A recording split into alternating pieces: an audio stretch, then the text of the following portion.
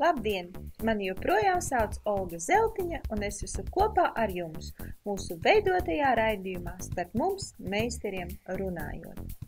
Tātad šajā raidījumā es atbildēšu uz jūsu uzdoto jautājumu, kurš skan šādi: ko darīt ar plāniem nagiem, ar nagiem, kas šķeļās, ar nagiem, uz kā nekas neturās un neko vairs nevar uzlikt, ar nagiem, kuri pēkšņi ir sākuši augt lēni, ar nagiem, kuri lūst tā kā dziļi iekšā un lūst tur, kur viņiem pēc būtības nav jālūst. Ko darīt ar šiem nagiem un kā atrisināt problēmas? Šķelšanās, mīkstie plānie un tā tālāk. Tātad šobrīd mēs to risinām. Un risināsim mēs to ar Japānas manikīra palīdzību. Japānas manikīrs Pea Shine nāk no Japānas un ir atpazīstams jau kopš 1958. gada. Šis produkts ir tik unikāls un atšķirīgs no citiem produktiem, kāpēc mēs pieminam viņu tieši šajā raidījumā, jo šis produkts strādā savādāk nekā citi, pie kuriem mēs varbūt jau esam pieraduši.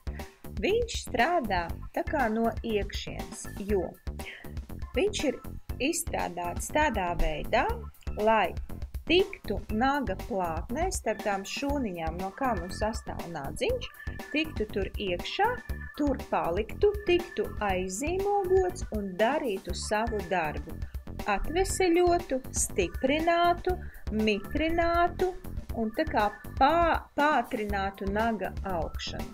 Lūk, tādu darbību viņš arī veic. Viņam ir ļoti bagāts sastāvs, visas sastāvdaļas ir naturāls, ekoloģiski naturāls un tur arī ietilpst bišu vasks, tur ietilpst lanolīns. Tur ietilpst dažādi māli, kas padara naga atveseļošanas procesu tiešām ļoti, ļoti ātru. Klients jūtīs atšķirību jau pēc pirmās reizes, kad viņš lietos šo produktiņu. Tātad ķeramies pie darba. Šeit man priekšā ir Japānas manikīrs. Lūk, šāds viņš izskatās. Tātad, kas te ir? Te ir lupatiņa, ar kurām mēs pēc tam tīram birstītes, vai nu vēl varam arī notīrīt nadziņu. Te ir vīlītes, ar kurām mēs strādājam pie naga sagatavošanas, to es jums visiem rādīšu. Un tad ir divas buņģiņas, kur šādi viņas izskatās. Vienā ir pasta, kuru mēs tā kā iemasējam, ieliekam šajā nagā, iebīdam. Nezinu, krieviski ir labs vārds, viņi drējam.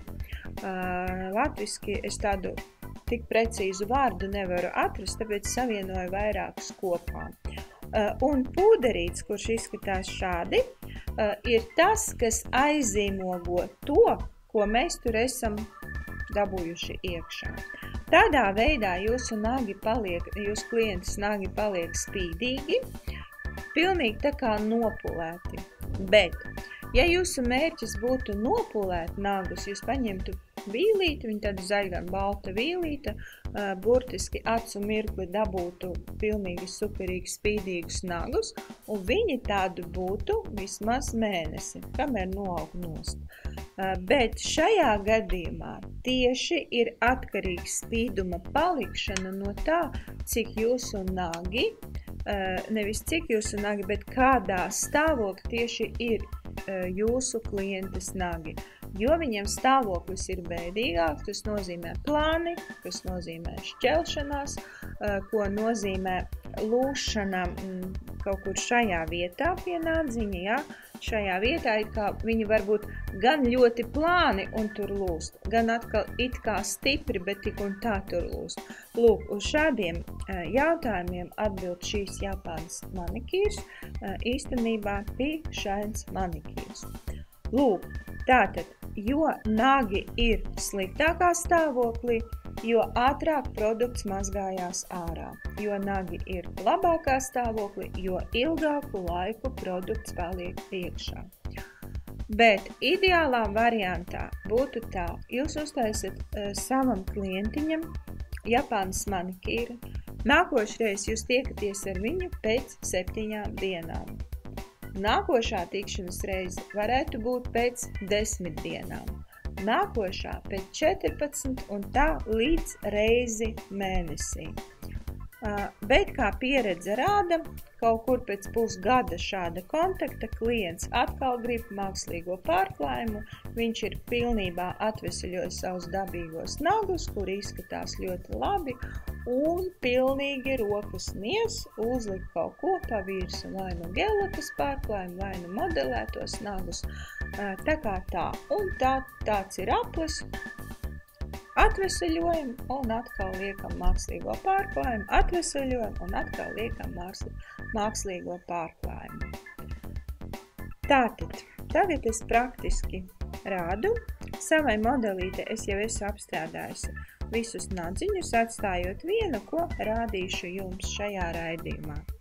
Tātad, sākšu ar zaļo pusīti. Un šajā gadījumā ir ļoti svarīgi, ka mēs strādājam tikai vienā virzienā. Nevis šurpu turpu, kā mēs to varētu darīt, ja mums būtu vienkārši pulēšana, bet šajā gadījumā tikai vienā virzienā. Nav svarīgi šobrīd kurā, bet ir svarīgi, lai tas būtu viens virziens. Pirmais sākums, otrais.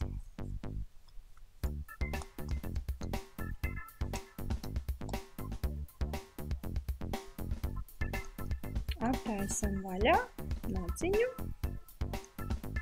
Viss nadziņš ir atvērts vaļā, lai mēs varētu ielikt nākamo produktiņu. Šajā gadījumā tā ir pasta.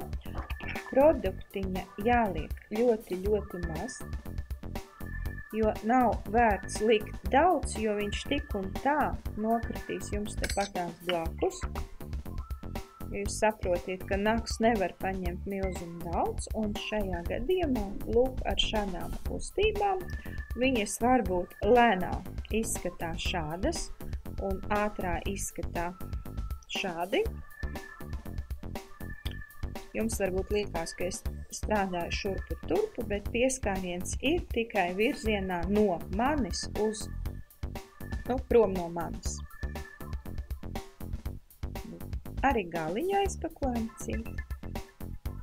Šādi. Tas ir pirmais. Tas ir tad, kad tā pasta iegāja iekšā. Taisam ciet. Ja mums vajag, mēs notīram ar stīci nost. Un nākošais ir otrā buņģiņa, otrais pulverīts un arī viņam rozā.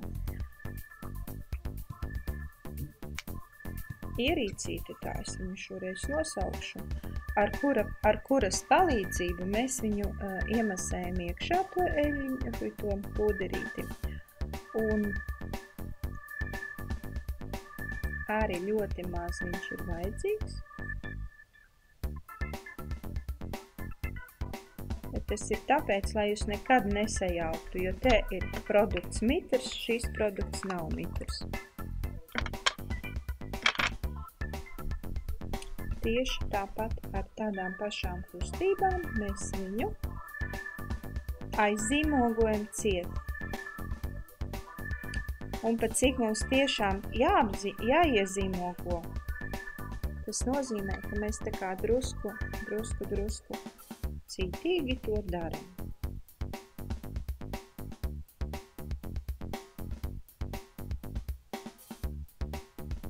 Lūk, šādā veidā mēs to esam izdarījuši.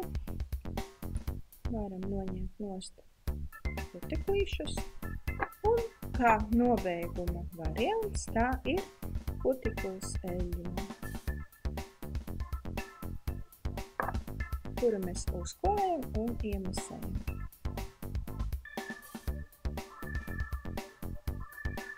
Lūk, manikīrs man bija uztaisīts pirms tam. Lūk, šādi izskatās manas modelītes nadziņi. Tātad darbiņš ir padarīts, un vēl viens jautājums, ko jums uzdos jūsu klienti. Un jautājums ir sekojuši, vai es varu lakot šos nagus. Pēc būtības principā varētu uzlakot un pēc mirklīša atkal notīrīt, jo ražotājs negrib, lai viņu pārklājums tiktu lakots, tāpēc, ka laka bojā, laka sausina, laka ir tā kā ienaidnieks. Lūk, bet zinot mūsu sieviešu dabu, ka neviena sieviete nevar nostaigāt ar vienkārši skaistiem, dabīgiem, stingriem, ļoti labi augošiem nagiem, praktiski notiek tā. Jau pēc pirmās reizes daži klienti saprot, ka atveseļošana ir iespējama, un tāpēc momentāli tikko redzot uzlabojumu, viņi atkal grib gellaku pārklājumu, viņi atkal grib gelnadziņus un ir laimīgi par to, ka var viņus dabūt.